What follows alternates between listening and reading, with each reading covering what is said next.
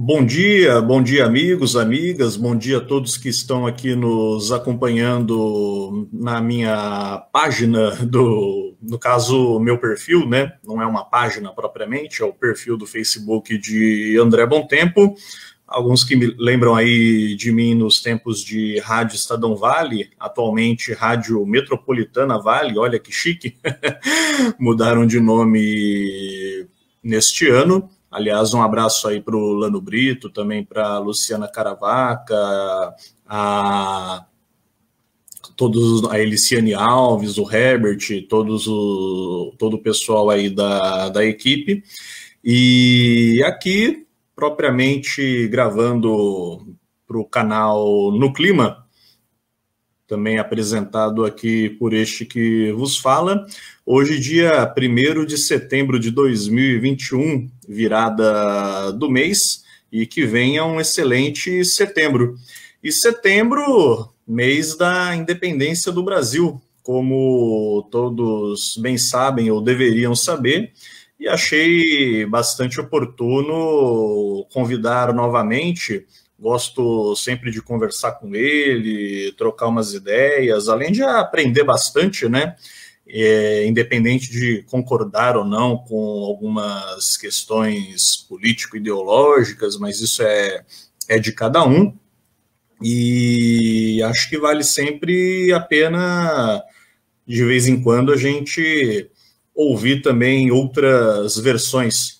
E Tiago Araújo está aqui conosco para justamente apresentar uma versão que a gente, né, não costuma ouvir muito na escola, vai dar uma outra abordagem aí sobre esse elemento.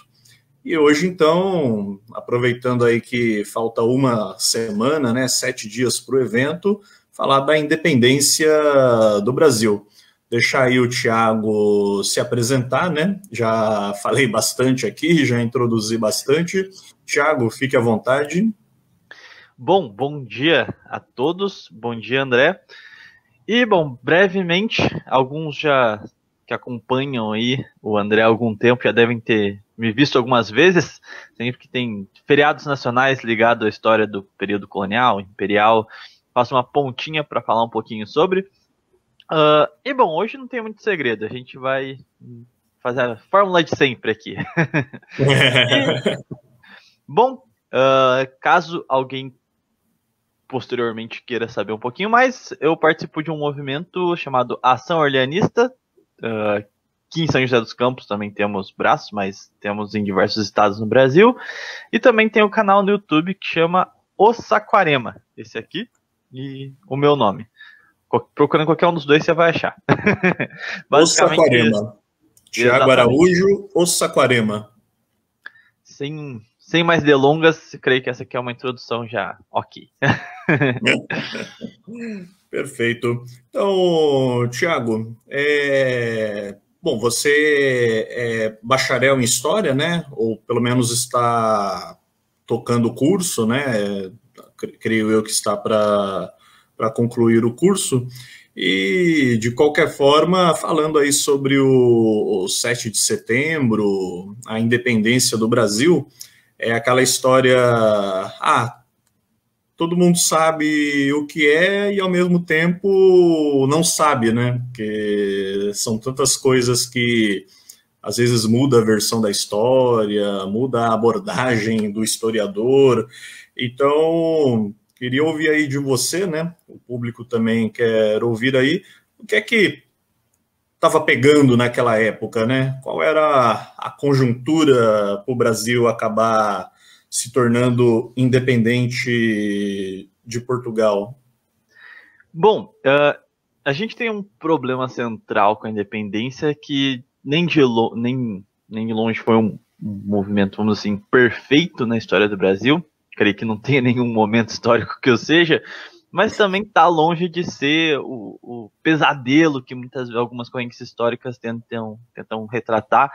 A gente tem uma onda muito forte, principalmente a partir ali da década de 60, por aí, de revisionismo histórico, no sentido de inferiorizar a história nacional. Particularmente, eu não tenho nenhum grande apelo à independência, mas também não não diminua os seus, vamos dizer assim, os seus feitos. Só que eu acho que é interessante a gente entender a realidade a qual o Brasil se encontrava, porque isso também é outro ponto de uma certa deformação histórica sistemática que nós temos, que é importante a gente entender nosso período colonial. Então, quando a gente tem um descobrimento, a gente começa a colonizar essas terras, a gente tem um sistema que o que aconteceu com o tempo foi basicamente uma visão anglo-saxã da história. Então a gente acaba tendo a ideia de que toda a dinâmica entre colônia e colonizador é igual à dinâmica que foi feita pela Inglaterra. Isso é um erro bastante grande historiograficamente falando, porque o modelo de colonização portuguesa se distinguia muito até mesmo da espanhola, que é outro exemplo bastante citado. Então, o que a gente tem no Brasil logo no seu início é a vinda de colonos para cá. Ainda a início não tinha muita ligação com a Inquisição espanhola, que isso aí vai ser um fator mais quando a gente tem a União Ibérica, né, que daí vão ter os degredados e tudo mais. E daí eu já vou entrar em alguns pontos do que é um degredado, se é criminoso, se é o que é outra mentira que se costumou falar, que o Brasil é feito de gente criminosa, de estuprador, disso, daquilo. Quando você vai ver o degredado é alguém que cometeu uma infração moral religiosa. Então, o cara não fez nada demais na prática. Mas vocês imaginem aí que a gente tem aqui um continente virgem, assim, lotado de nativos, e Portugal, particularmente, não tinha nem 1 milhão de habitantes. Então, a logística para você fazer essa colonização já implica em 2 pontos. A primeira, de que não tem como ser uma colonização violenta por falta de braço. E outro ponto, que é justamente você vai ter um trabalho de convencer as pessoas de virem para cá. Mas no começo, assim, no século XVI ainda, é um momento que eu gosto bastante da história, que Gilberto Freire, por exemplo, e depois Pedro Calmon vai referendar isso, que o Brasil é um país de cultura luso-tupi, porque apesar do nativo ter se civilizado, ter entendido conceitos como Estado, hierarquia social, em um Estado, porque hierarquia eles já tinham, quem de fato meio que colonizou o outro foi o indígena, o europeu que se indializou. Então você pega os primeiros colonos do Brasil, você vai ver que o modo de comer deles foi alterado, a forma deles se vestir foi alterada, e até em pequenos detalhes, o europeu que se indializou, a forma como eles andavam em bando, a forma como eles se sentavam para comer, a forma como eles se agrupavam em vilarejos, tudo basicamente a influência prática do dia a dia foi muito mais nativa do que propriamente europeia. O que ficou da herança portuguesa foi justamente o credo, que foi o cimento da identidade nacional, que foi uma unidade católica no continente não, né, no país de dimensões continentais, mas vai ficar a língua, e a língua em si é um fator um pouco, nesse princípio, um pouco suspeita, né? Vai ter a questão da estrutura civilizatória. Mas o ponto que eu gostaria de colocar aqui, que faz a gente refletir um pouco mais sobre o que levou à independência séculos à frente, é justamente o modelo de colonização. A gente não tinha um status de colônia do Brasil. Então isso é um fator importante. No século XVI, a gente já tem o princípio municipalista corporativo que Portugal tinha em suas terras originais, vamos colocar assim, né? Na Europa mesmo, que é um sistema onde se tinha uma câmara de vereança, e a grande diferença, por exemplo, da colonização espanhola para a brasileira é que os portugueses não pediam que fossem nativos de Portugal.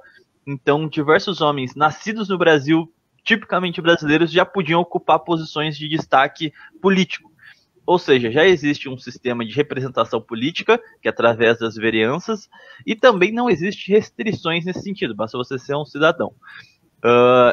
O ponto interessante nisso é que ainda no século XVI, naquela época a gente não tinha Constituição, mas o Código de Leis era regido pelas ordenações do reino. São, vamos dizer assim, regras de convívio mútuo geral que se aplicavam em todo o reino luso, todo o reino português.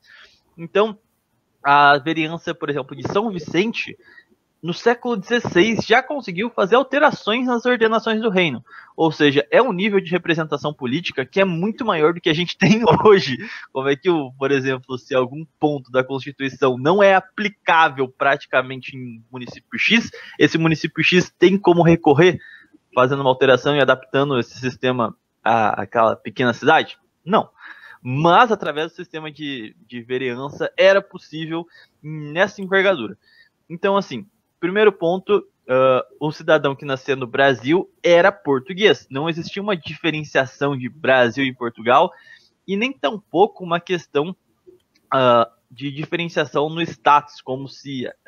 porque essa ideia de colônia é muito moderna, e é essencialmente com a ascensão do Império Inglês. Portugal nunca teve essa questão. Existem portugueses de ultramar e portugueses da Europa mesmo, mas é tudo português, e o status de todos os estados era provinciais. O Brasil era uma província de Portugal, não uma colônia de Portugal. Não é um sub-português, digamos. Exatamente, são portugueses, simplesmente portugueses. E aqui entra também isso aí eu não sei como que, assim, alguém consegue realmente levar isso muito a sério, porque é uma deformidade, por exemplo, para o fazer história, que eu acho uma das mais absurdas, que é a ideia de o Brasil claramente era uma colônia porque era um país agrário. E aí, para mim, é um contra-argumento, porque com o avançar dos séculos, beleza, em Portugal vai ter outras especializações econômicas e o Brasil vai ficar com a cana, vai ficar... posteriormente, já contra o Império, né, com o café, mas, enfim, vai ficar com a cana-de-açúcar, vai ficar com os engenhos, e isso aí é um argumento do porquê seria uma colônia. Mas tudo que era cultivado no Brasil era porque não tinha como ser cultivado em Portugal. Então, assim, se você tem um império uno, não faz sentido você produzir a mesma coisa em dois lugares. Se tem um lugar que só nele dá para você produzir coisas específicas que valem bastante no mercado. Então, essa especialização do que era produzido em cada província portuguesa não é um fenômeno colonialista, mas é um fenômeno de utilizar as terras que você tem para produzir algo que só ela consegue produzir. Se você não tivesse esse caráter agrário no Brasil nessa época, aí sim eu concordaria absurdamente com a ideia de que portugueses são burros, porque estaria jogando todo o potencial de uma terra nova que tinha quase que unicamente um monopólio desse tipo de produção, e ele não iria aproveitar isso, não faz sentido. Inclusive, o principal defensor dessa tese foi Arlindo Veiga dos Santos, que foi o presidente e fundador da Frente Negra Brasileira, o primeiro movimento negro organizado da história do Brasil moderno, e foi fundado em 1932. Então é bem legal as teses dele sobre o Império, onde ele vende o Brasil colônia como a era heróica. Então existem ali diversos caráteres bastante interessantes. Por exemplo, Arlindo Veiga dos Santos. Inclusive, eu tô aqui, ó, tô com um livro dele aqui, tava até lendo a biografia dele, mas... se preparando, né? Eu quero fazer um vídeo biografia sobre ele, eu gostei muito da história dele. Bacana. Mas é legal que ele pontua justamente que, por exemplo, as resistências negras no Brasil, elas são, vamos dizer assim, poucas, porque elas necessitavam de um caráter unitário. Por exemplo, Quilombo de Palmares, apesar de toda a mitologia criada hoje como um símbolo de resistência e tudo mais, não que não tenha sido, ela tinha um símbolo específico que dava singularidade ao Quilombo, que muitas pessoas não conhecem porque não pegam necessariamente uma literatura mais necessariamente, objetivamente histórica. Por exemplo, o Quilombo de Palmares era católico. A gente não espera isso, assim, vendo a forma como é pintado o Quilombo hoje na mídia, né? E ele tinha essa unidade religiosa, inclusive havia perseguição contra feiticeiras, então essa ideia Então, assim, enfim, já ficou claro o ponto de unidade que estava o Quilombo. Você pega os malês, eles eram todos islâmicos. Sempre quando você vai ter um movimento de resistência, você precisa de alguma unidade, porque apesar da visão preconceituosa que a gente tem de que veio da África, é africano, como se fosse um povo só, existem ali diferenças culturais, étnicas, que assim, diversas. Não é como se você pudesse chamar tudo aquilo ali de uma coisa só, sabe? Então, para que uma resistência triunfasse, era necessária uma unidade. E é interessante da história do Brasil inteira, sempre que a unidade era necessária, essa unidade era uma unidade religiosa, porque era o único ponto de unificação do Brasil. Então, o Arlindo Veiga dos Santos, como eu estava citando, ele coloca o Brasil colônia como era heróica, porque ele era um admirador do Quilombo dos Palmares, e ele dá esse exemplo, como também Guararapes, quando a gente se livra da invasão holandesa, que era essencialmente protestante e judaica. Então, homens negros, indígenas e brancos, as 3 raças fundadoras do Brasil, se unem em torno do credo católico para expulsar o inimigo alienígena, estranho à nação. Então, toda vez que a gente tem vamos assim, a criação de uma identidade nacional conjunta, sem excluir nenhum dos pontos, é sempre em torno de uma igualdade religiosa. Então, por exemplo, se a gente tem alguns países que surgiram seus nacionalismos aí, tentando reafirmar a raça ou qualquer coisa do gênero, o Brasil essencialmente foi um país que teve a sua cultura moldada através da religião. Então, todas as culturas regionais, toda a estrutura de Estado, toda a estrutura de assistência social, tudo isso era feito pela igreja. Então, nada mais natural que essa unidade seja religiosa. Visto também que o Brasil tem... Tudo bem que ele começou a desandar de maneira bem feia nas últimas décadas, mas até a década de 60, 70, o Brasil tinha mais de 90% da população inteiramente católica. Tudo bem, não vou contestar aqui quantos desses iam de fato para a missa todo domingo, mas pelo menos falavam da boca para fora que eram católicos. Então a cultura católica é muito forte no país. Isso é importante para a gente entender o processo de independência. Liberdade política, como eu disse, o sistema de vereanças e como Portugal gestava os seus territórios. Número 2, a catolicidade. Esses 2 fatores vão ser importantíssimos para a gente entender o que é Brasil e como se formou politicamente e socialmente o Brasil. E terceiro fator, cultura luso-tupi. É justamente aquela ideia de que você não é mais um português purinho aí, não. Você se adaptou a um continente tropical e você não exterminou o povo nativo. Você, literalmente, o progresso dos portugueses no Brasil é performático com alianças. Então você vai ter, por exemplo, momentos históricos como o estado de Guanabara, onde houve uma aliança portuguesa e nativa contra indígenas e franceses. Então os nativos naturalmente já criavam alianças militares visando seus próprios interesses também contra outras tribos, e aí juntam essas alianças. Então isso era algo bem comum. Então você pode pegar tanto para o lado militar dessa aliança portuguesa com indígenas, mas também a igreja sempre favoreceu o matrimônio. Então a base social do Brasil foram os casamentos. Então é por isso que não demora muito para o Brasil ter o caboclo, o mestiço, aquele cara que não se identificava nem com a cultura do pai ou da mãe que era portuguesa e nem com o do pai ou da mãe que era nativa. Era essencialmente uma figura nova, tipicamente brasileira. Então não demorou que o caboclo, o mestiço, fosse a figura principal e mais numerosa no país. Isso também inclui, quando a gente fala de genocídio indígena, principalmente nesses séculos, é um negócio meio complexo, porque a maior parte deixou os seus nomes, deixou suas tribos para iniciar uma vida nova com outro nome na civilização. Então, isso gera um problema imenso para você entender o que aconteceu. Ele morreu, ele foi morto, ele só foi para a civilização. Então, quando a gente começa a ver o declínio do número de povos nativos no Brasil, especificamente, a maior parte é porque trocou de nome, se rebatizou e iniciou uma vida nova, geralmente cristã. Então, isso explica o porquê que o Brasil tem um boom demográfico até que rápido ali nos primeiros séculos.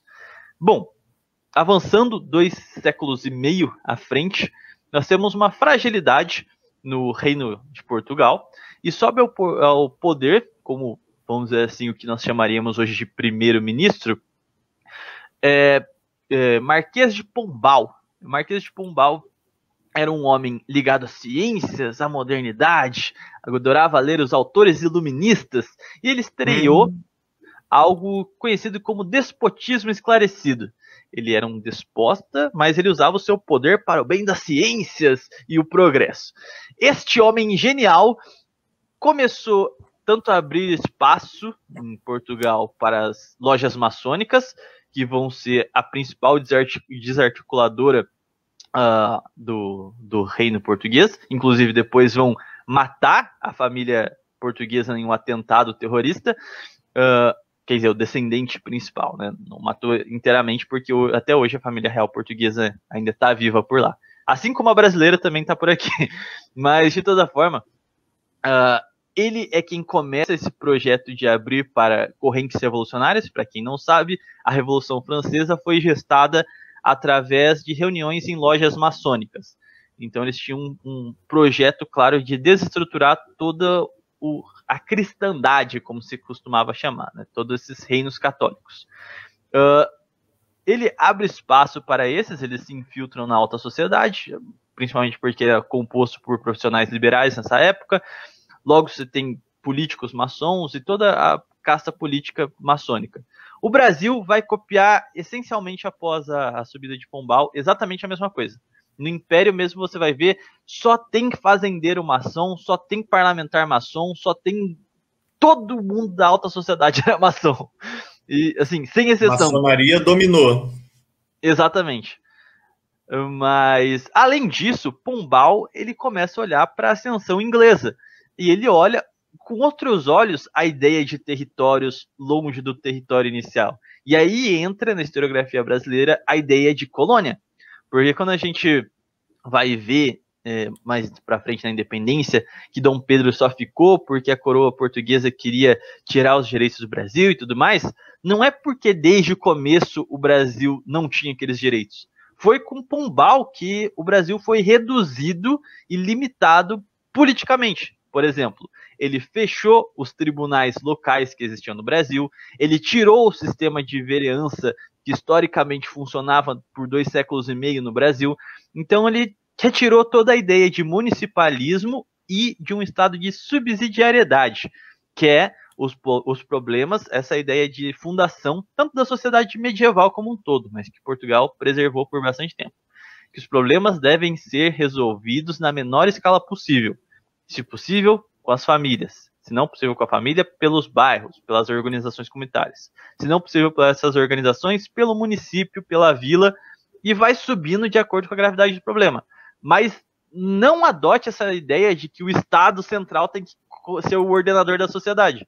E o iluminismo é exatamente o oposto. É a escala de que o Estado deve ser esse propulsor e essa mola da sociedade.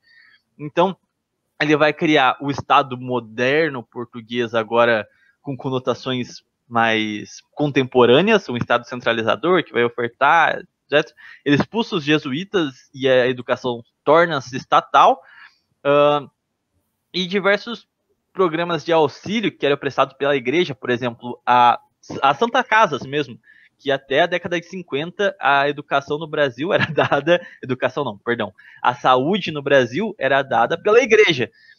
A igreja começa a ser tolhida, Pombal começa a roubar bens da igreja por todo o Império Luso, e a igreja começa a ter crises internas porque tem literalmente um cara laico, mesmo no estado confessional, roubando e tentando expulsar a igreja do país.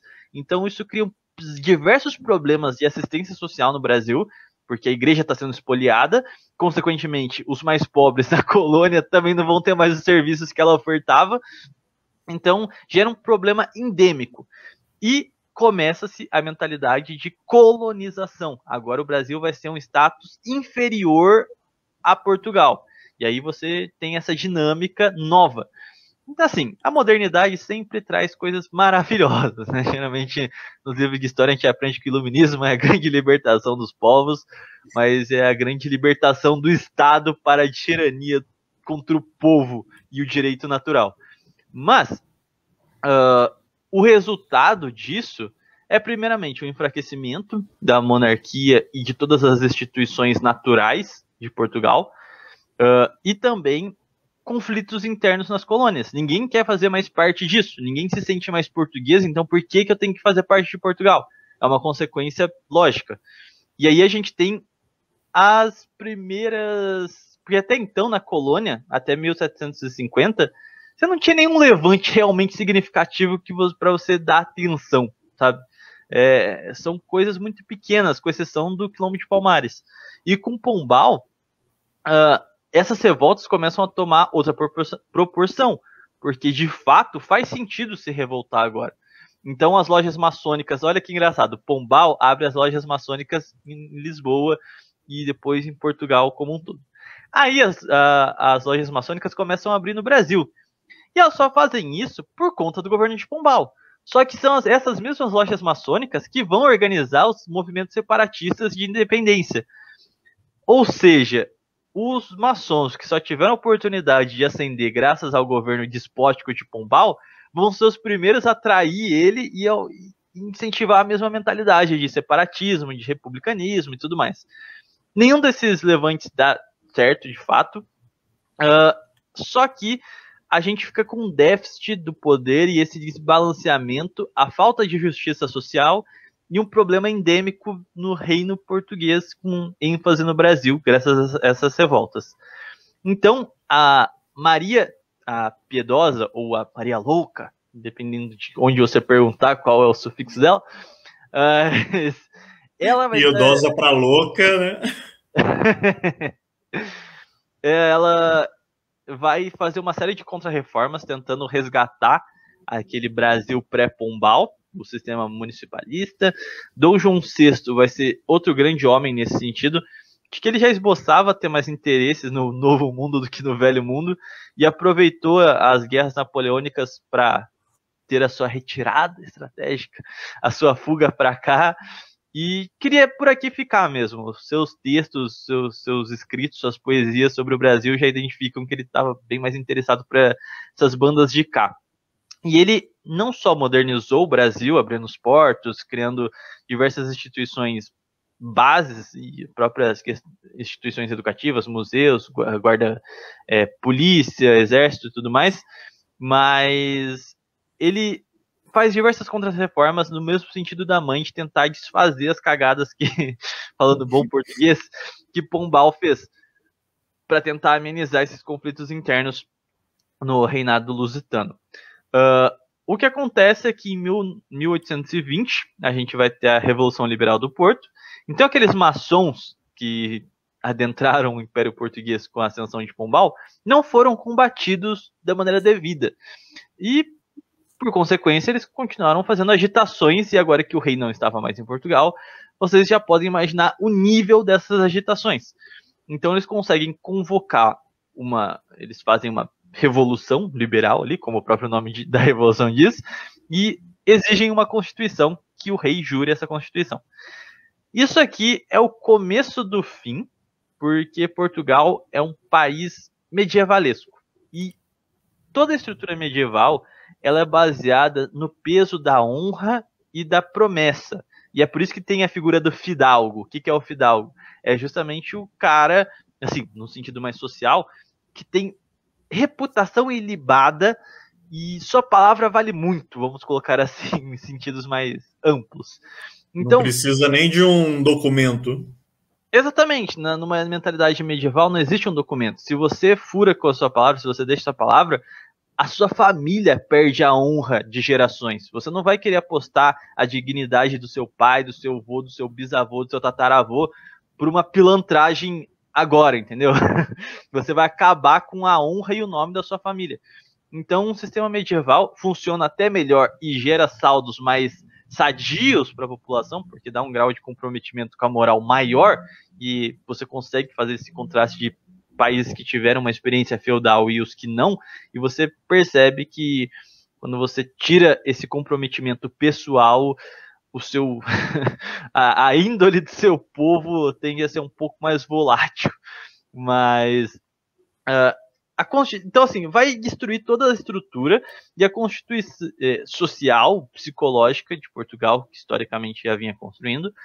E na prática você vai estar impondo, vamos dizer assim, um modelo que não é mais orgânico. Você não vai ter mais as vereanças. Agora toda a Constituição já diz. Mas na prática, o que o sistema municipalista faz?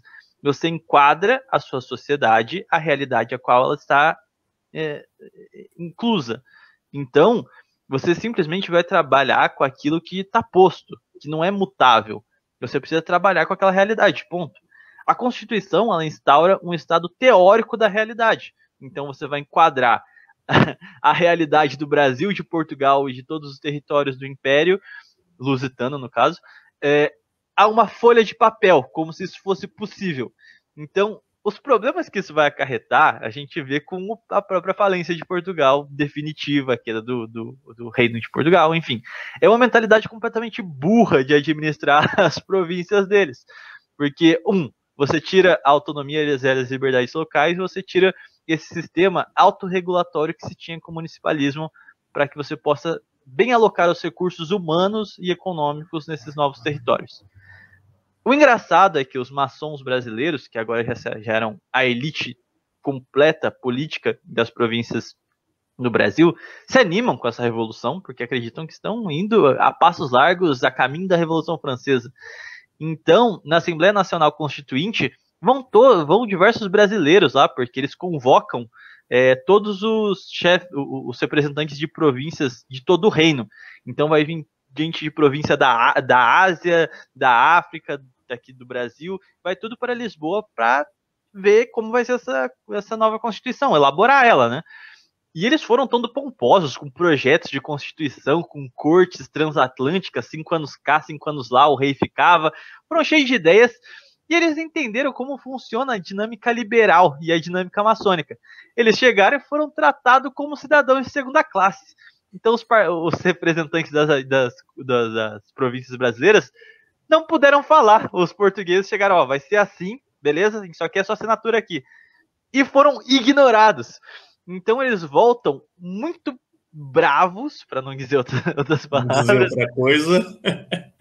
E aí começa-se por conta da elite, que agora se sentiu traída, quando ela traiu o rei com essas ordens maçônicas, aí tudo bem. Mas agora que a maçonaria, qual elas ingressavam, também deu uma facada nas costas dela, agora eles são revoltosos. Agora tá doída, né?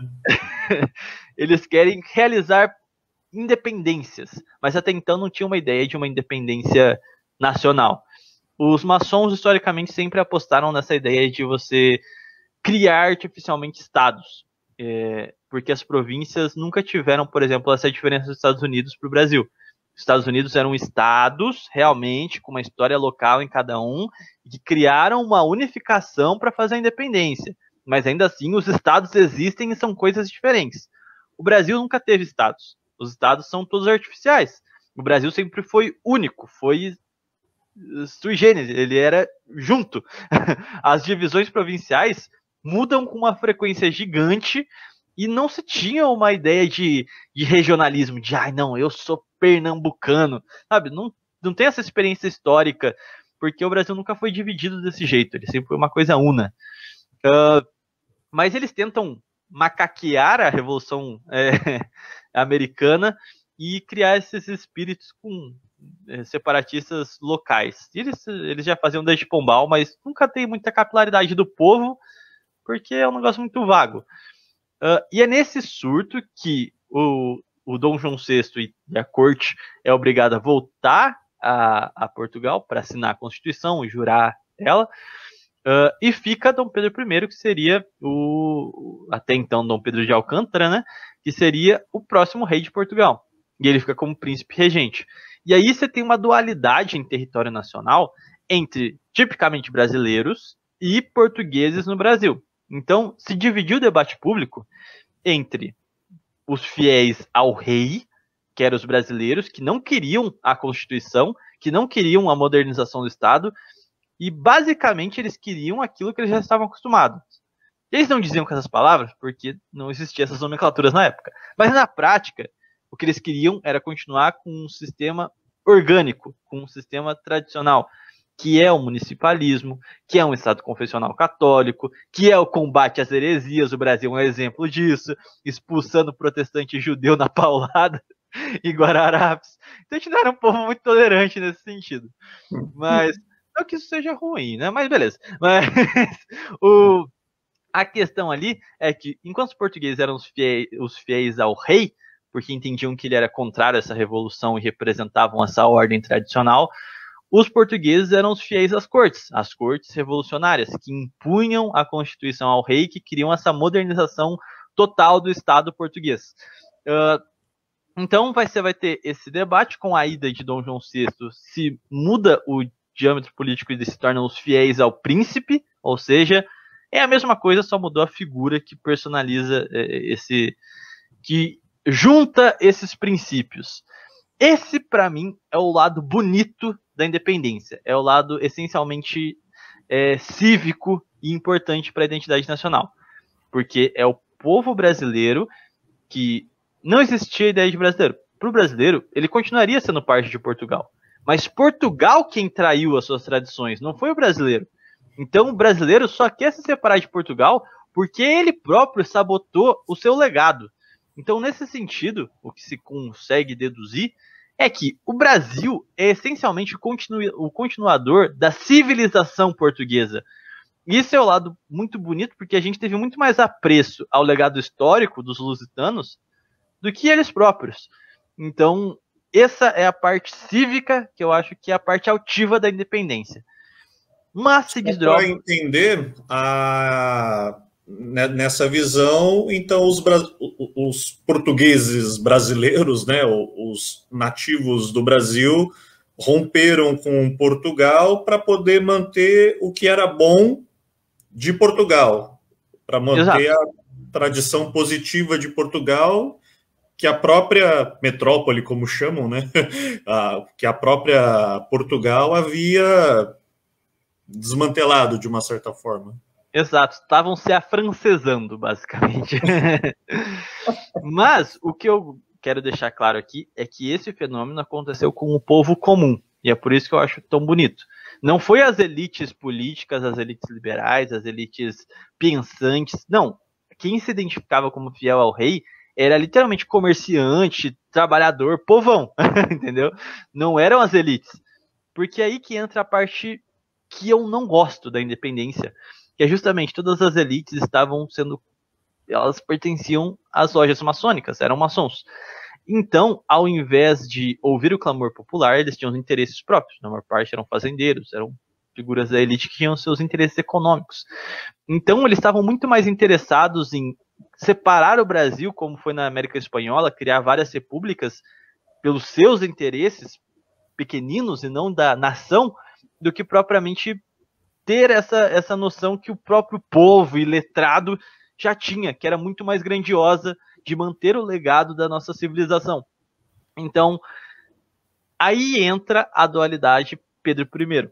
Eu não vou entrar... Na última vez que a gente já falou, eu falei bastante de Bonifácio, eu vou me ater a ele, porque tem o fenômeno de Dom Pedro I que eu acho que é um foco interessante, que é, ele é um menino que veio de Portugal para o Brasil, ou seja, sua educação moral teve certos déficits, ele não era nenhum católico típico da Casa de Bragança, a Casa de Bragança sempre foi muito, muito católica, então ele tinha uma volatilidade, assim, um caráter mais volátil, vamos dizer assim.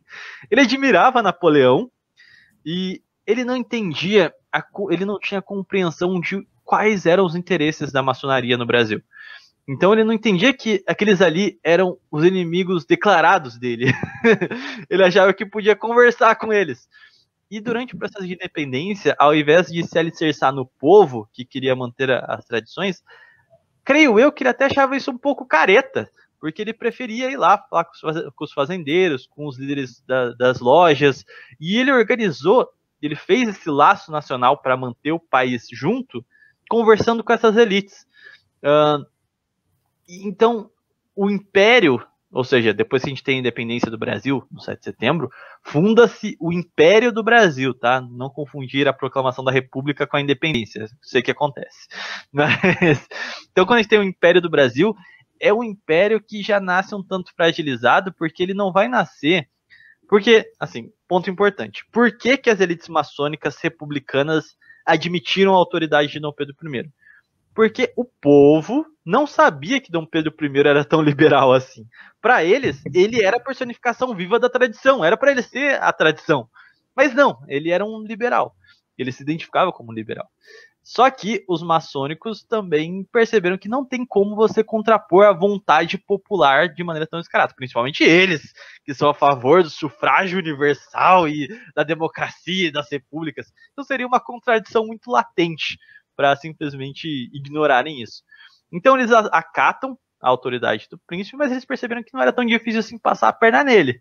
Então eles exigem uma constituição para esse novo império.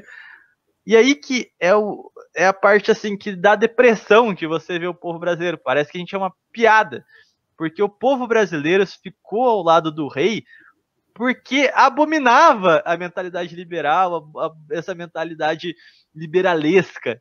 E assim que o império é fundado, ele é fundado com a mesma premissa da Revolução do Porto.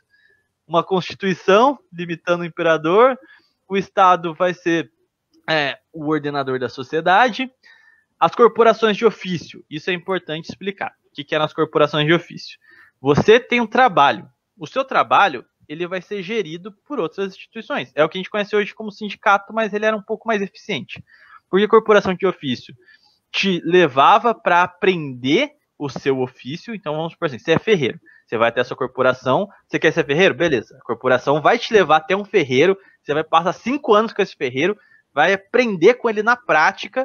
E aí essa corporação vai, não existe essa ideia de certificado, mas vamos assim, ela vai licenciar você como um ferreiro apto para trabalhar. Ela viu, ela te formou e garantiu a sua mão de obra. Porque qual que era a função da corporação? Fazer o diálogo entre quem ofertava o serviço, quem queria serviço e quem queria comprar o serviço. Então ela precisava formar o trabalhador, manter um nível de qualificação e qualidade alta nos produtos e também um preço justo para quem compra. Essa é a função da corporação. E para mim a sociedade tinha que ser corporativista. Acaba voto direto e bota a corporação, porque isso é um sistema muito mais justo. Mas isso aí, para quem pegou, chama-se nacional sindicalismo. Mas o ponto é que o Império aboliu as corporações de ofício. Aboliu a base junto da igreja, que era a sociedade, assim, porque os sindicatos, que eram as corporações de ofício, eles eram regidos pela doutrina social da igreja, eram vamos assim, sindicatos católicos. Então, a igreja o Estado ficou confessional com a igreja católica, mas num regime de padroado, ou seja, tudo que o Papa, as encíclicas papais, por exemplo, só podiam ser acatadas em território nacional caso o monarca referendasse também. É um sistema horrível. E a gente teve 2 imperadores liberais. Então vocês já imaginam que isso não foi muito bom para o país. Mas, assim, então, assim, na prática... A salada mista estava boa aí, né? Então, na prática, o Império nasceu com uma raiz já meio que ruim. Não que ele não fosse muito mais altivo que a República. Lógico, a República é a profissionalização das coisas ruins do Império. Basicamente. Tirou o que ainda restava. Tudo que o Império não conseguiu estragar, a República foi bem sucedida. Exatamente. Porque assim, enquanto no Império a maçonaria era uma elite que fazia parte do Império, a República seria uma república estritamente maçônica e escravocrata, tanto que todos os gestores do golpe eram escravocratas e todos que deram golpe, todos os primeiros presidentes da República eram maçons. Então, assim, o caráter patrimonialista da República nesse sentido fica muito mais evidente. Mas nosso ponto na República... Só fazer um adendo aqui, Thiago, para o ouvinte, né, para quem estiver ou estará nos acompanhando... Eu estou aqui comentando, né, e também indo na onda do que o Thiago está falando, até para as pessoas também fazerem suas interpretações, né, entenderem as colocações, mas isso não reflete necessariamente a minha opinião, mas não deixo de considerar que olhando para a história, muita coisa começa a fazer sentido, né? Uhum. Então, assim, esse é o ponto. As visões que eu estou expressando aqui não tem nada a ver com a política moderna. Então, acho que vocês já devem ter percebido o caráter essencialmente medievalesco, no sentido de dar continuidade às tradições milenares que a civilização ocidental tomou. Então, o meu intuito aqui não é nem agradar o pessoal que fala, ai, sindicato é ruim, ai, essa galera de direita, e nem necessariamente a galera de esquerda que tenta apagar essa história. O ponto que eu coloco aqui é que a Igreja Católica, ela é capaz de criar todo um tecido social justo, baseado nas corporações de ofício e na forma moral da sociedade. Então aqui é essencialmente uma visão que não coloca o lucro, o capitalismo no centro do processo. Pelo contrário, a secularização e o capitalismo é justamente o que vai acabar com a sociedade. Você vai destruir as relações sociais em busca sempre do lucro e das melhores performances. Então, é por isso que às vezes essa visão é um pouco difícil, porque todas as correntes políticas hoje ou se pautam pelo capitalismo ou por uma mentalidade materialista, essencialmente desligada de uma virtude da tradição. Então é por isso que, às vezes, para um cara de direita pode parecer muito um argumento, sei lá, comunista defender aí sindicato, seus safados, ou para uma pessoa de esquerda falar, é um reacionário defendendo tradições que oprimiam, não sei o quê. Mas o ponto primário é esse, entender o processo histórico e entender que a tradição vale muito mais do que qualquer teoria pensada tentando reduzir a realidade às suas ideias, entendeu? A sociedade tem que ser construída através da experiência prática, da nossa experiência com os nossos antepassados. E honrar o legado que eles deixaram, e não simplesmente querer destruir a cada nova geração. Esse é o ponto principal. Mas sobre a independência, que aí voltando aos fatores swings, e aí que eu já citei o capitalismo, tem aquela ideia de que o Brasil comprou essa independência. De fato, o Brasil se rendeu ao domínio colonialesco inglês com a ascensão de um protocapitalismo. Então, eles, para intermediarem e fazerem os acordos de independência para que Portugal reconhecesse o Estado brasileiro, lucraram muito em cima disso. Então, tem até um ótimo livro do Gustavo Barroso, que foi, o pessoal agora vai se morder, porque ele foi um integralista, mas foi um historiador de mão cheia, isso é fato, que se chama Brasil, Colônia de Banqueiros, que ele mostra a atuação dos banqueiros internacionais escravizando sistematicamente o Brasil desde a nossa independência. Então, é por isso que... Não é de hoje. Não é de hoje. Inclusive, André, você tem que fazer uma live... Brasil. Comigo e com um cara bem de esquerda pra gente falar de mal de banqueiro. Isso aí vai ser legal. Mas é por isso que eu referendo aqui a ideia do Arlindo de que o Brasil, a era heróica do Brasil tá na colônia, que não era colônia, antes de Pombal. Porque toda a ideia de unidade, toda a ideia de povo, toda a ideia de cultura, de identidade foi gestada ali, de legitimidade do poder. E na independência, o seio popular foi meio que traído nesse sentido, porque eles queriam defender aquilo que foi construído sobre ferro e fogo na era heróica, nos tempos primordiais. E isso não foi respeitado. E se o Império caiu, é justamente porque não respeitou a vontade do povo e a tradição nacional. Ele preferiu se modernizar, se afrancesar, como fizeram os portugueses, que também tiveram a mesma vala comum. Uma vez que você adere aos princípios da revolução, não tem que você faça. A revolução é um parasita que ele não se contenta com uma revolução. Ele cria revoluções dentro de revoluções até desgastar o tecido social inteiro, até que chega um ponto que você não encontra mais nenhuma semelhança com aquele país originário, com aquela população tradicional, com o momento de fundação do povo. E é por isso que a revolução é tão perigosa. Porque, e eu não digo nem revoluções dessa conotação de o povo se levanta, porque toda revolução é financiada por um grande banqueiro, por uma pequena casta da elite, como eram os maçons aqui no Brasil e em Portugal, que consequentemente representavam os interesses internacionais. Então é por isso que a tradição, de fato, daqueles que forjaram o país é muito mais importante, muito mais segura do que essas ideias que pipocam aí vindo da Alemanha, que vindo da França, vindo da Rússia, que é um grande engodo e um veneno para a alma nacional, né? Podemos dizer que o grande problema da tradição foi pegando essa questão da quebra de paradigmas, como você colocou, a falta da identidade nacional, eu não vou nem chamar de nacional, a falta de identidade mesmo, né? Cara, você diz uma propriamente brasileira ou no geral de formar uma identidade de povo? Acho que no geral, né? É interessante essa colocação que você fez sobre as revoluções, né? E realmente pensando, né, uma vez adotando um caráter revolucionário,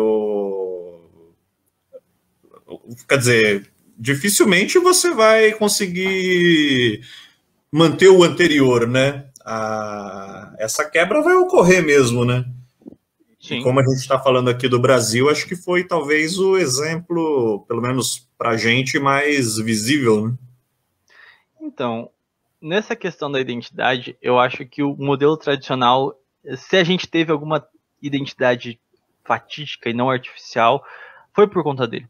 Porque, inclusive, os debates nacionalistas, e aqui eu não falo nacionalismo assim de extrema direita, tá? Eu tô dizendo que depois, ali a partir da década de 70 do século XIX até a década de 10 do século XX, a gente tem, por intelectuais de diversas correntes políticas, tá? De esquerda, de direita, tentando pensar um povo brasileiro. Então, a gente vai perceber que existe sempre um contraste entre o povo litorâneo e o povo sertanejo. Ou seja, o pessoal do litoral e o pessoal do interior. A cidade e o campo. Qual que é essa diferença? A cidade é sempre cosmopolita, corrosiva, mexe com a índole do povo, as promiscuidades começam a ser exaltadas, as liberdades sem regras e regradas, né, começam a ser exaltadas. Todo o tecido social que era típico daquela região começa a ser contaminado pelas diversas influências externas. Então, começa-se um processo de declínio. Eu vou usar aqui a parábola de Roma, que é o declínio romano. Porque Roma, em um momento, quanto república e no início do império, era altiva, expansiva, era uma civilização modelo.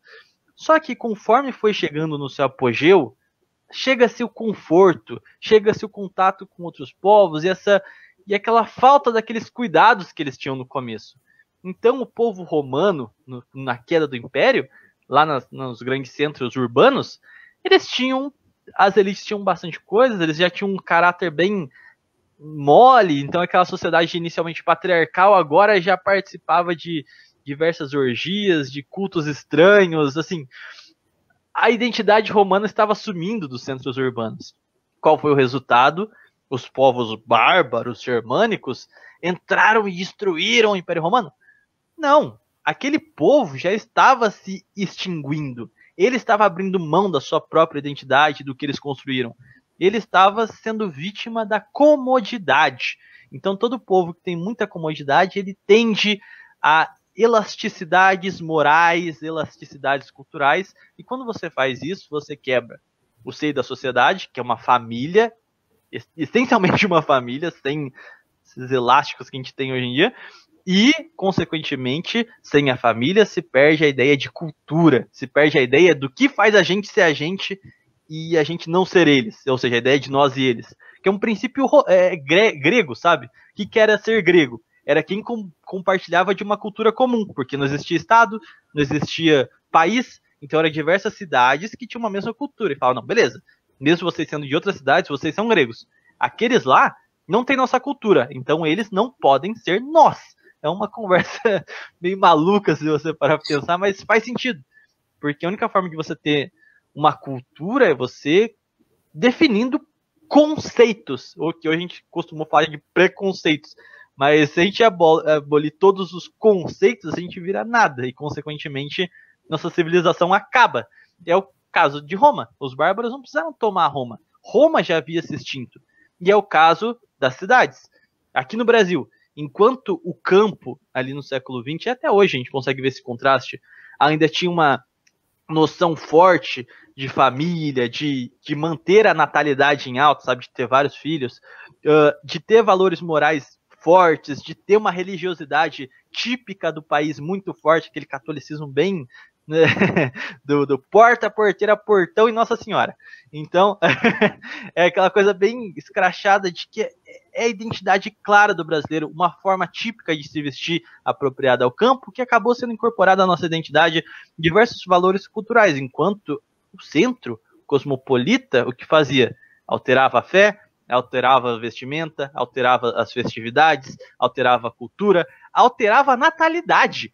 Então, assim, a cidade é a degeneração do mundo. Mas não deixa de ter uma verdade aí. Então, o que a gente vê na independência é um Brasil real, e é nesse momento que nasce essa ideia, que é o sertanejo, que é o brasileiro católico, o brasileiro médio, comum, que não tinha as ideias da Belle Époque francesa, e fala, nossa, o fazendeiro super vai ler Rousseau e fala, meu Deus, como a igreja católica é horrível. Não vai fazer isso. Então, o Brasil real defendia o que para ele era comum. A sua comunidade, a sua família, aquelas interações sociais, a base daquela sociedade sendo daquela forma, enquanto as elites maçônicas, liberais, que estavam ali na alta burguesia, tinham essa ideia de, não, mas a Constituição, o Estado laico, não sei o quê. Então, é o Brasil real, fazendeiro, sertanejo do interior, contra o Brasil legal. O Brasil, legal no sentido direito, tá, de leis. Quem fazia as leis, esse Brasil desconectado da realidade, que são essas elites. O que acontece é que quem aclamou a independência e que fez o Brasil ser único e manter o que nós temos hoje, foi o Brasil real. Mas quem deformou toda a nossa cultura, nossos valores, nossa identidade, foi o Brasil legal. E aí volta para aquela coisa, que a sua pergunta principal. O Brasil, na sua era heróica, ali no começo, na fundação, foi capaz de produzir uma identidade? Sim, basta ver o Brasil real. Um credo específico, cultura específica, festividades, alimentos, tudo mais. Inclusive, das raízes históricas do Brasil, um livro do Pedro Calmon, comenta muitas comidas típicas que a gente encontra hoje nas festas juninas e tudo mais. Comenta bastante os hábitos de como você se sentava para comer, como você fazia para dormir, várias coisas assim, pequenas. As nossas vestes, enfim, todo o nosso modo de ser e viver foi gestado na colônia.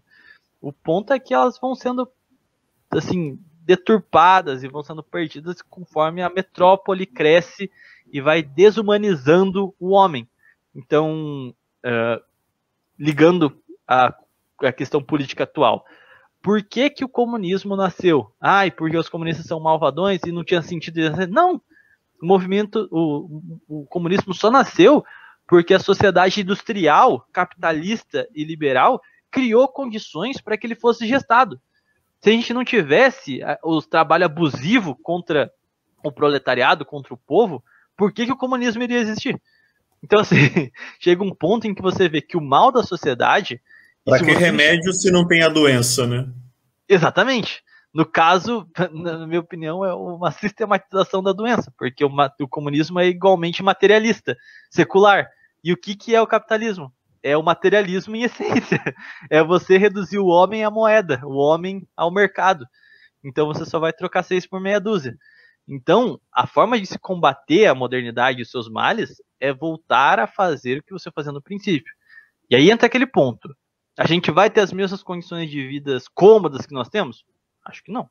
Mas chega o ponto. A comodidade é boa para o homem? Então, esse aí é o grande paradigma, entendeu? Questões a serem bastante pensadas, né? Aliás, mandar um bom dia aqui para o Fernando. Ele está perguntando se vai ficar gravado. Na verdade, a live, né, ela já fica aqui no sistema gravado no próprio perfil aqui do meu Facebook, mas eu vou deixá-la salva no meu canal do YouTube mais tardar.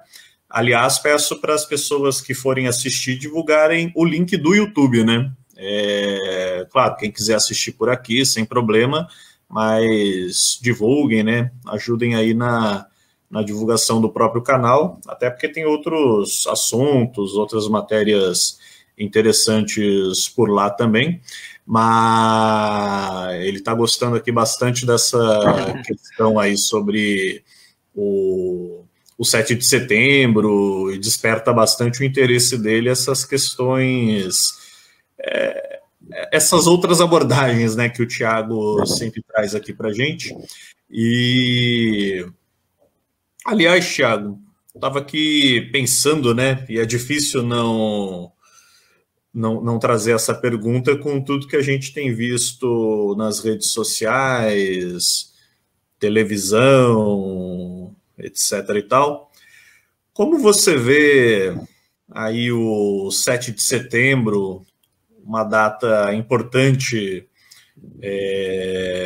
para o legado monarquista brasileiro, para tudo que aconteceu desde então, ela sendo cooptada por movimentos republicanos, por movimentos que defendem principalmente um presidente da República, e aqui eu não estou entrando no mérito de quem é ou do atual presidente da República, mas a figura de um presidente republicano, e o 7 de setembro, como a gente está vendo aí, está sendo tão cooptado dessa forma, né? Basicamente, acho que dá para resumir em uma palavra, que é estética.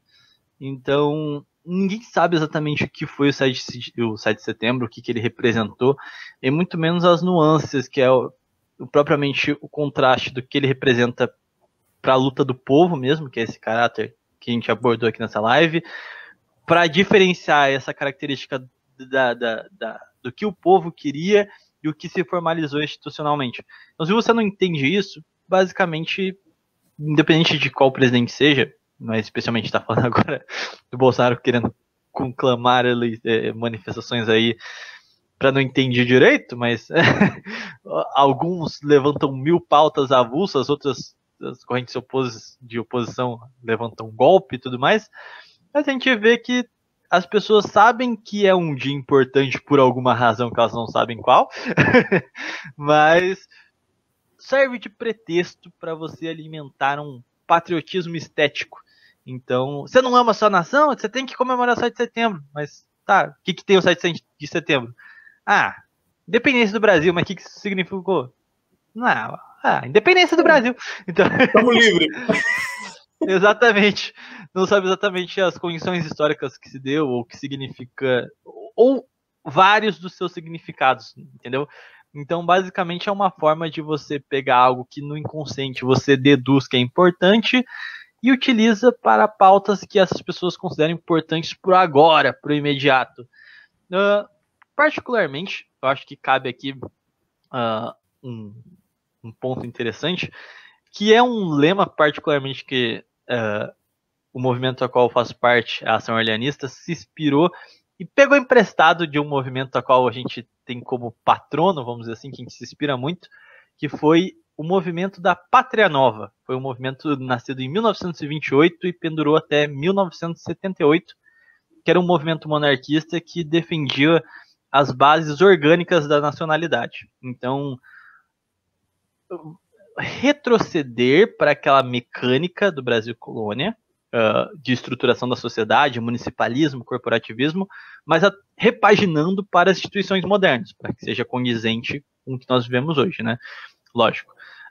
E o principal lema deles, o slogan, era que sem rei não há união nacional. E o texto, o artigo de estreia no jornal que concebeu esse lema, foi um texto falando sobre a regência, o período que Dom Pedro I deixa o Brasil e volta para Portugal para guerrear com Dom Miguel, e Dom Pedro II, criança ainda, fica sozinho aqui no Brasil. Então, até que ele alcançasse a maioridade, foi criada uma regência trina e uma regência una, ou seja, vamos dizer assim, um presidente com 3 presidentes, que eles vão dividir ali, e ao fim eles viram que isso não dava certo e criaram um presidencialismo mesmo, que era um só que governava. Mas eis aí a diferença dos homens de Estado do passado para os homens de Estado do presente. O período regencial foi um desastre completo, farroupilha estourou, cabanada, um monte de revoltas separatistas pelo Brasil inteiro, e diversas províncias realmente se separaram do Brasil, como foi o caso do Rio Grande do Sul. Foi pouco tempo, mas os regentes conseguiram fazer uma bagunça.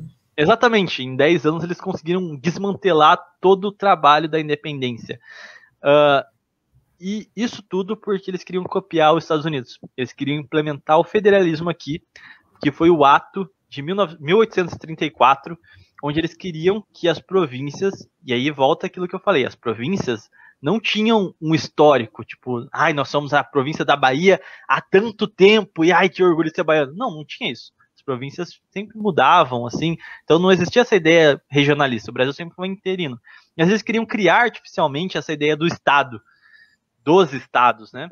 Consequentemente deu errado. As elites locais acumularam poder e começaram a retomar seus projetos separatistas. Mas qual é o grande ponto? A mera ausência de uma figura provocou essa crise institucional inteira. E como foi solucionado esses problemas? Com a restituição de uma figura, que foi o golpe da maioridade, que foi quando Dom Pedro II foi coroado.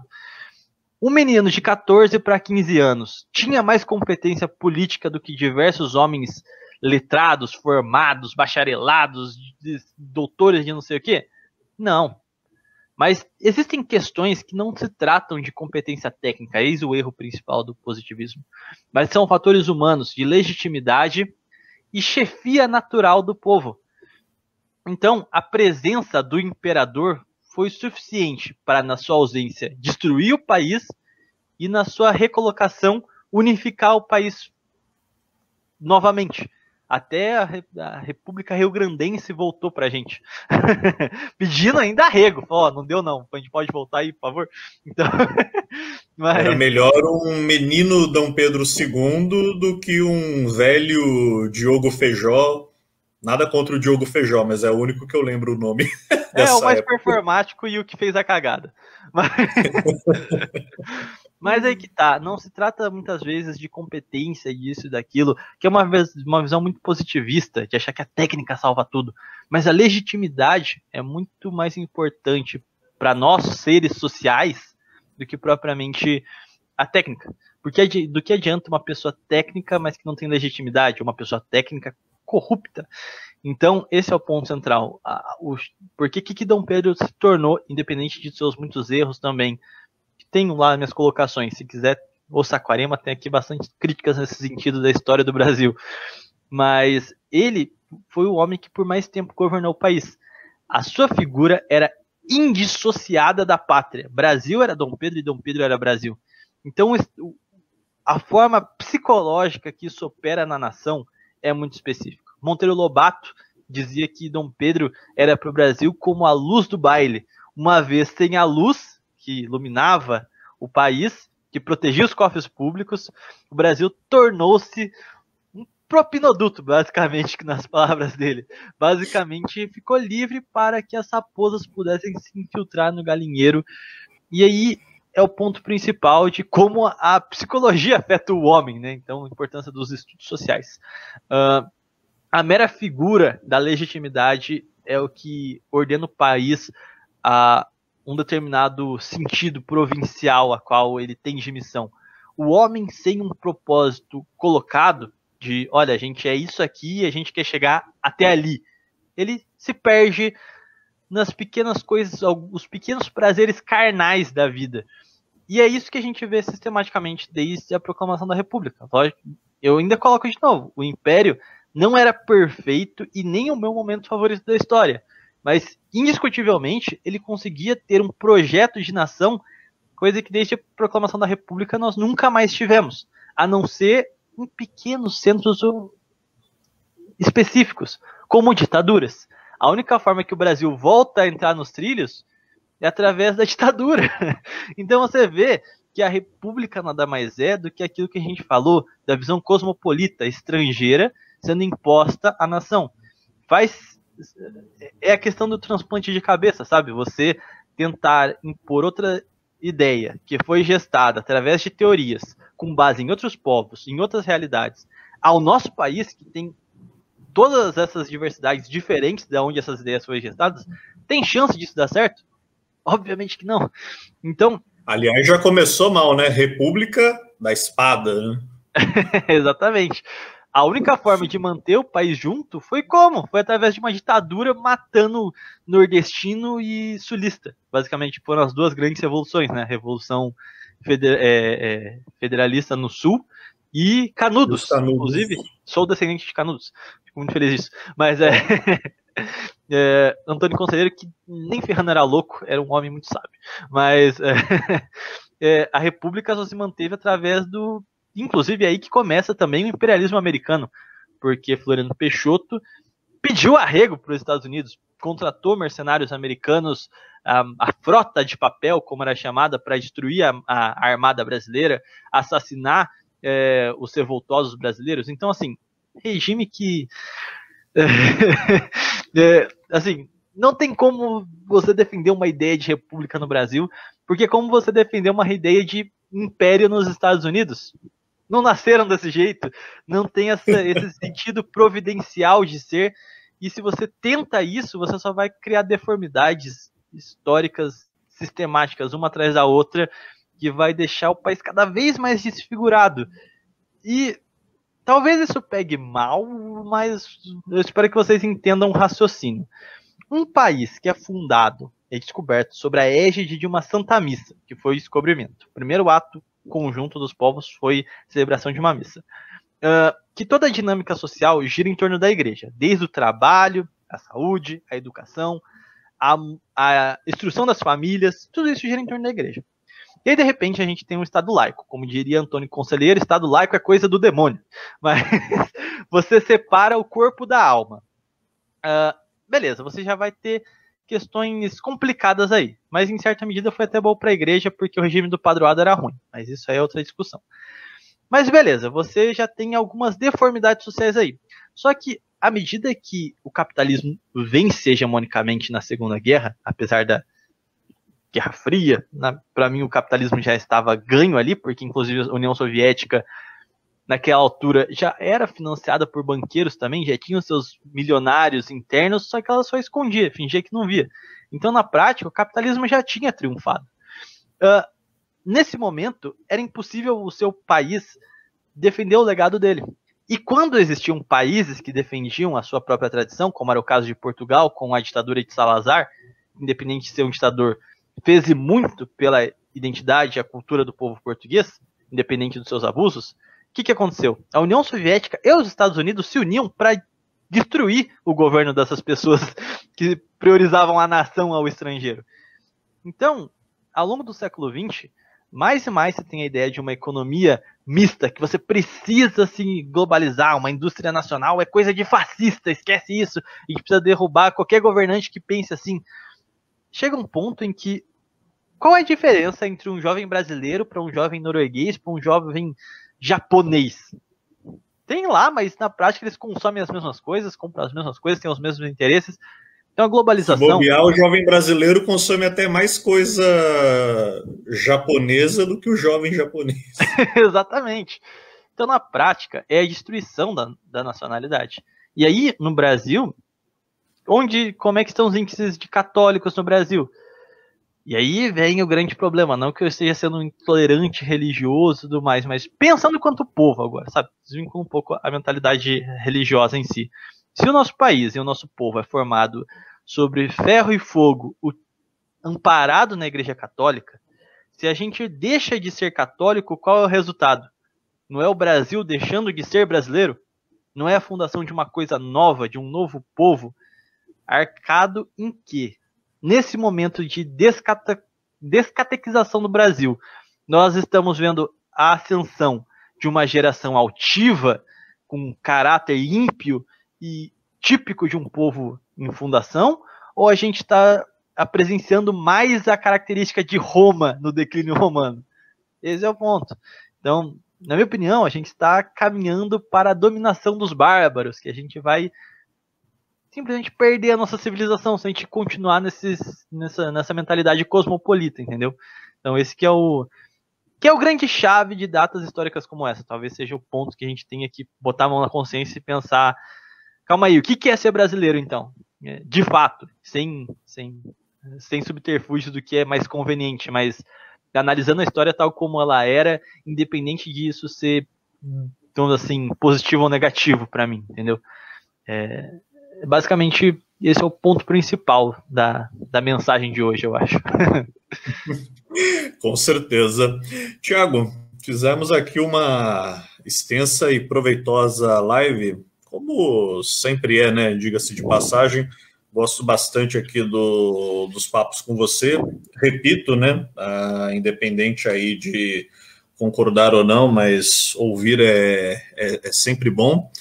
Para a gente encerrar, se bem que isso acho que é assunto até para uma segunda live, né? Mas eu fico sempre pensando, não que o Império fosse me permita a metáfora, né? Não que o Império fosse um vaso perfeito, mas a República, pegando a sua linha de raciocínio, né? Pegou esse vaso e estilhaçou. Na sua visão de defensor, né, da família real, da monarquia, e agora para juntar os caquinhos e reconstruir esse vaso, né? E é que vocês querem reconstruir o vaso, né? Não sei se essa é a lógica, né? Bom, aqui eu acho que a história é o melhor subterfúgio do homem, é onde ele pode alcançar a experiência dos seus antepassados para pensar o que fazer no futuro. É o princípio estático dinâmico da tradição. Não existe presente sem passado, não existe futuro sem um estudo do passado também. Então, nesse sentido, duas experiências aqui são vastas. Por exemplo, quando surge a Idade Média, declínio de Roma, os bárbaros visigóticos criam a Ibéria, criam Portugal, criam a Espanha através da experiência, conversão e criando aquela cristandade. Isso foi um processo harmônico. Então, não estou dizendo que foi algo só bom ou só ruim, mas as experiências ruins construíram as condições do presente. Então, elas foram necessárias também. Então, ao mesmo vale para o descobrimento do Brasil, como é que a igreja fez a façanha de converter um continente inteiro em um século.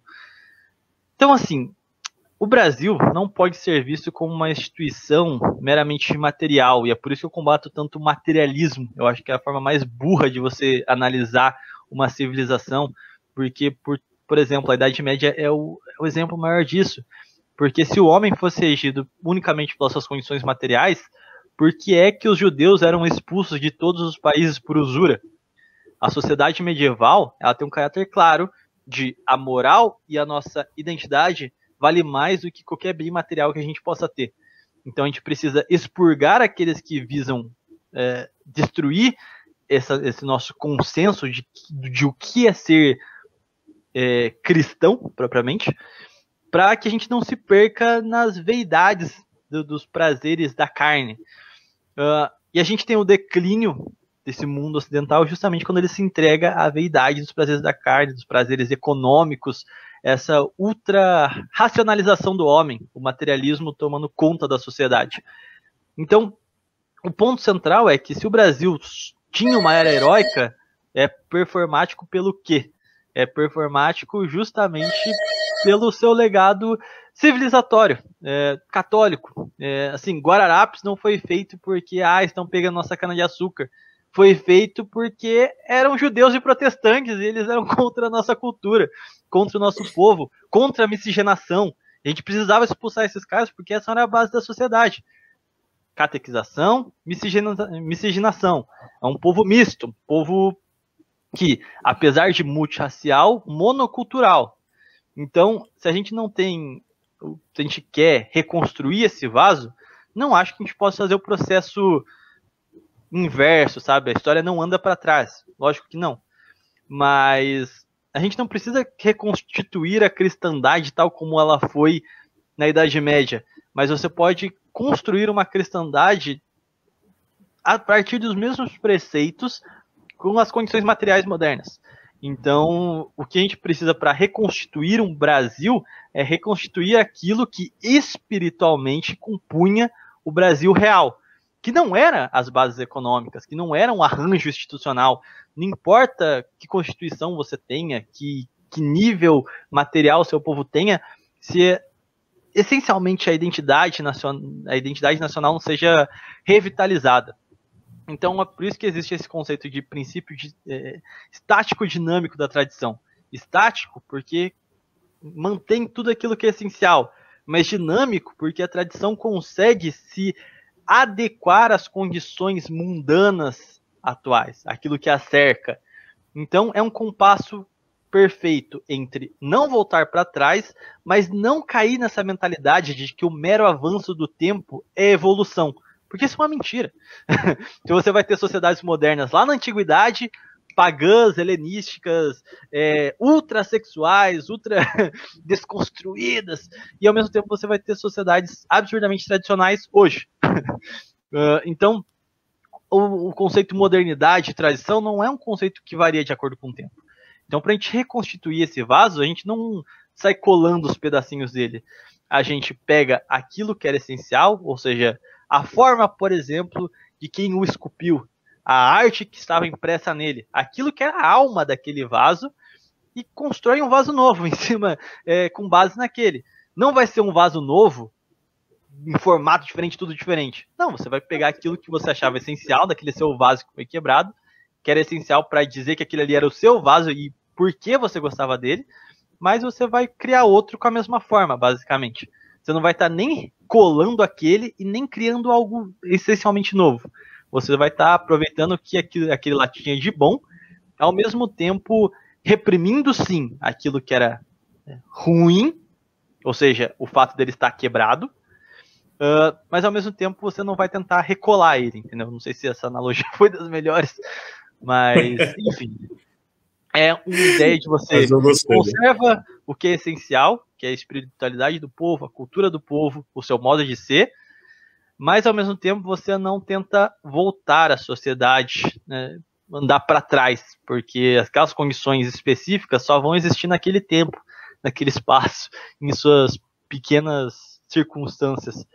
Mas a gente ainda pode aproveitar toda a tradição, mesmo que o espaço do mundo não seja mais o mesmo. Então, acho que esse é o ponto. Maravilha. Olha, haja fôlego. Thiago, muito obrigado aí pela entrevista, por essa nossa live. Lembrando, né, mais tarde estaremos com ela aqui no link do YouTube também. E peço aos que forem divulguem o link do YouTube, né? Assistam por lá preferencialmente, mas de qualquer forma estará gravado aqui no Facebook também. Thiago, novamente obrigado, mais uma vez aí uma verdadeira aula de história, e deixo você à vontade aí para se despedir da turma. Bom, sem mais delongas então, que eu também sou proleta e daqui a pouco estou entrando no meu trabalho, mas se você quiser um pouquinho mais de análise, também estou dando uma macaqueada boa, ficar brincando e fazendo bobajadas no meu canal aqui, então é um misto de bagunça com histórias e análises históricas. Então ali a gente fala bastante, principalmente da história nacional, né? Então, se você quiser um pouquinho mais desse conteúdo, entra aí, o Saquarema, joga no YouTube que você acha facinho, beleza? E também, se você tiver algum alinhamento político no que foi explicitado aqui, qualquer coisa do tipo, dá uma olhada também nas nossas redes sociais, que é @orleanismo. Ou, se você digitar Ação Orleanista, você já vai achar já. Daí tem lá mais o conteúdo mais ligado à política do que a gente prega também. Mas é isso aí. São os amigos do rei. Maravilha. Então, Thiago, muito obrigado. Obrigado a todos que estiveram aqui nos acompanhando. Um abraço e tchau.